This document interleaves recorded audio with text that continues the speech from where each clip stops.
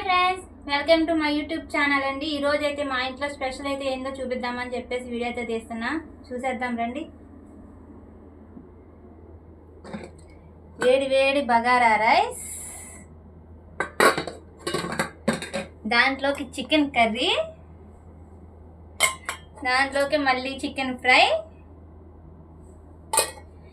పెరుగు చట్నీ.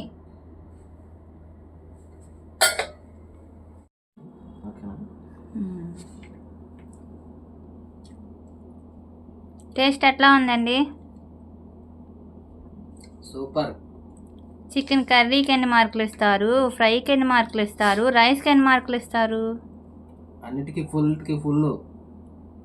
బాగుంది అయితే. బాగుంది.